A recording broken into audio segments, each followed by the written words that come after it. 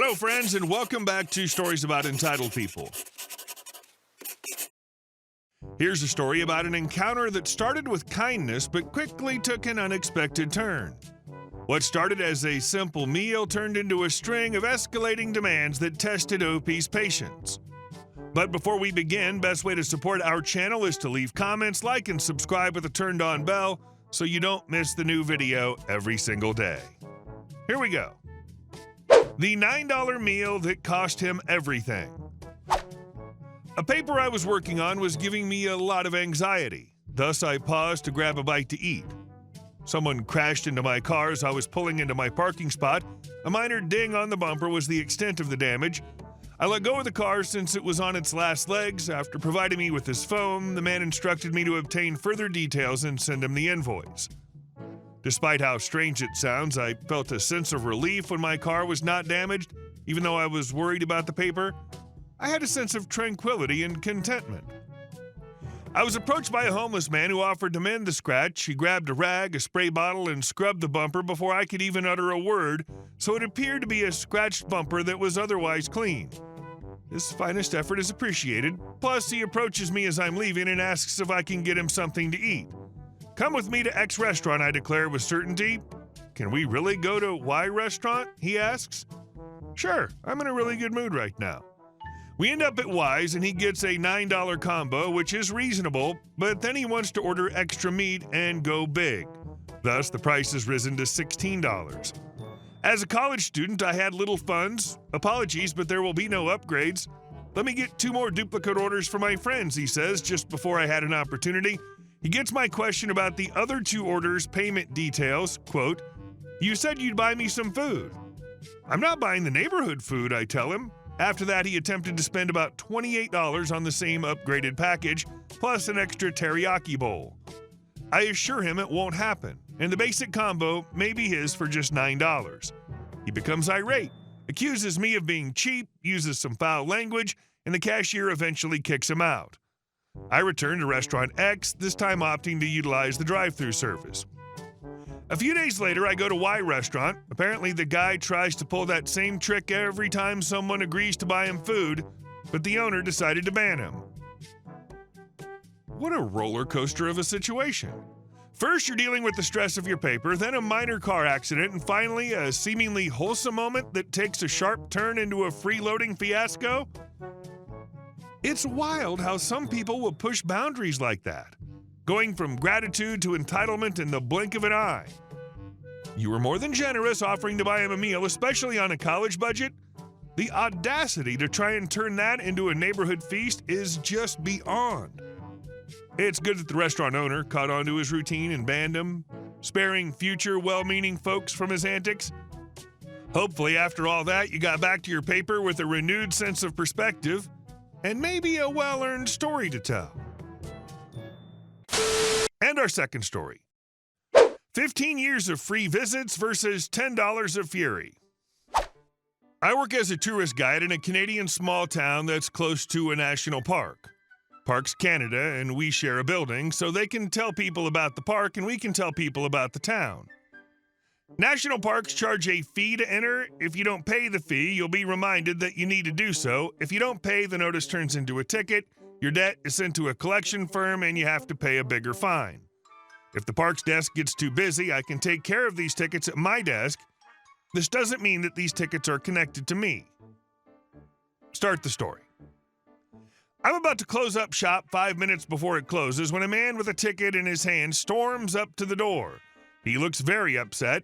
When he gets inside, he doesn't even put on his mask before going back to his truck to get one. My desk and the Parks Canada desk are across the room from each other. Since the Parks Canada desk is closer to the door, most people will go to that desk first. But since I'm writing this now, this man stormed right up to my desk, making a fuss about his ticket. He throws his ticket at my face when he gets to my desk, where it hits hard and takes a lot of damage. After that, he told me that he was going to throw away the ticket, but that his lady persuaded him to pay the fee, which is only $10. He starts yelling, "I've been coming to this park for 15 years, and I've never had to pay an admission fee." As I ask him the necessary questions to figure out how much to charge him, "This is nonsense." He asks how long we've been charging people to get into national parks.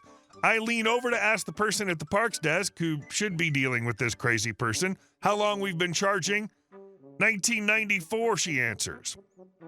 This nice man gets tired of hearing me and the woman who works at the parks desk lie about this. He continues to yell at me about how stupid I am and why I shouldn't have this job. Finally, he throws a $10 bill at my face, taking away all of my HP, and then walks off. The woman at the parks desk then thanked me sincerely for dealing with him because she should have been the one to do so. Oh wow, what a wild day at the office. It seems like some people just can't handle even the most basic rules without turning it into an all-out spectacle. This guy wasn't just overreacting, he was gunning for the Olympic gold medal in tantrum throwing. The part where he shouted, "I've been coming here for 15 years," and yet somehow never noticed the entry fee since 1984 is both hilarious and baffling. Like, my guy, did you think you had a lifetime VIP pass that no one else knew about? Or maybe the park rangers were just giving him a free ride because of his sparkling personality? Spoiler, they weren't. Honestly, you deserve a medal for keeping your cool. I'd have been tempted to respond with, "Sir, you seem very passionate about this. Perhaps you'd like to take it up with Parks Canada's Time Machine Department." And props to your Parks Desk colleague for the heartfelt thanks. Though, let's be real, she owes you at least a coffee after dodging that hurricane of crazy. Maybe even a full lunch. It's wild that your day ended with you being the human dartboard for someone else's frustration. At least you've got a solid story to tell now, right? And hey, that $10 he so graciously donated might make up for the stress. Or at least cover a couple of post-shift donuts. And our last story. Karen versus the train. Why you don't park on the tracks. This happened about 15 years ago when I worked for a small industrial railroad in my city. Our route included a stretch of track that ran right down the middle of a narrow street. On one side were a few bars, and on the other was a scenic river. We primarily served the docks, delivering freight to about 20 businesses. Because of city regulations, we could only run trains on that stretch of track between 11 p.m. and 5 a.m. It wasn't a bad gig, but since the bars were still open during our operating hours, it wasn't uncommon to encounter poorly parked cars blocking the tracks. Most nights, I'd have to politely ask a patron to move their vehicle. Annoying, but manageable. Then there was Karen. Karen was the owner of one of the busiest bars on the street. For reasons beyond logic, she always parked her shiny SUV at an angle across the tracks instead of in the designated parallel parking spots just a few yards away. Every single night, I had to stop the train, walk into her bar, and ask her to move it. "Karen, your car's blocking the tracks again," I'd say, trying to keep it professional. She'd barely glance up from her drink. Yeah, I'll get to it," she'd reply. It often took her 30 minutes or longer to drag herself outside and move her vehicle. She was unapologetic, and to make it worse, she sometimes rolled her eyes or muttered something under her breath about me being a pain in the butt. This went on for months. One night, after she flipped me off as she finally moved her car, I decided I'd had enough. The next time Karen blocked the tracks, I decided to have her SUV towed. I called a towing company, fully expecting her car to be out of my way within the hour, but as it turned out, Karen had connections in the city government.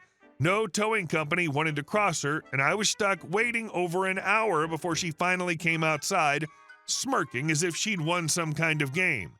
"Guess you're stuck with me," she said with a wink, hopping into her car and lazily pulling it off the tracks.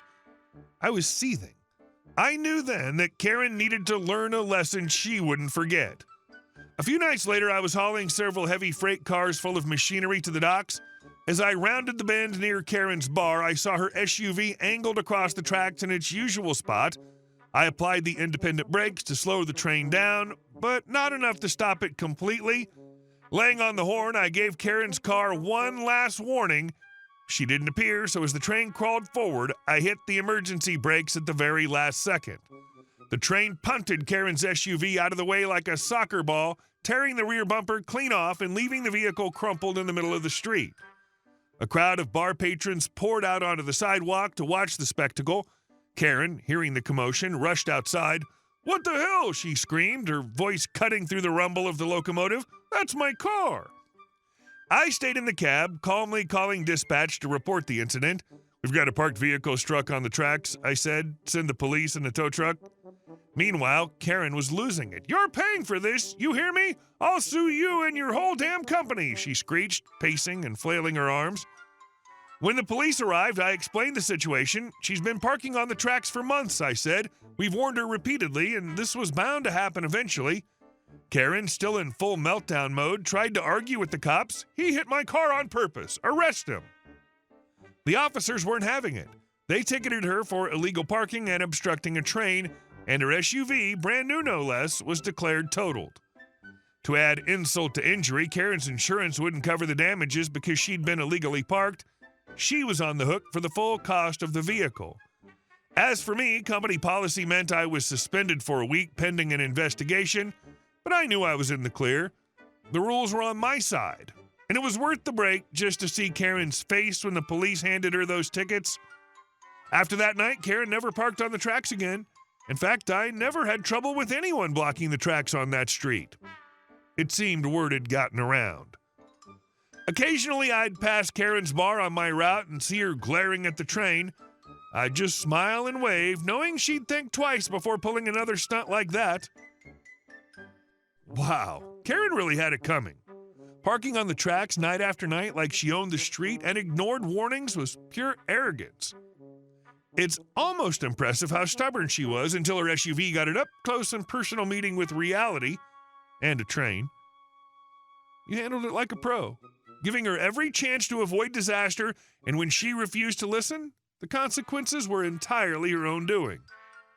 Her meltdown must have been something to see, though. Classic Karen behavior, blaming everyone else for her poor choices. Her insurance refusing to pay must have been a bitter pill for her to swallow. A totaled SUV, tickets, and a lesson learned the hard way? Don't mess with trains.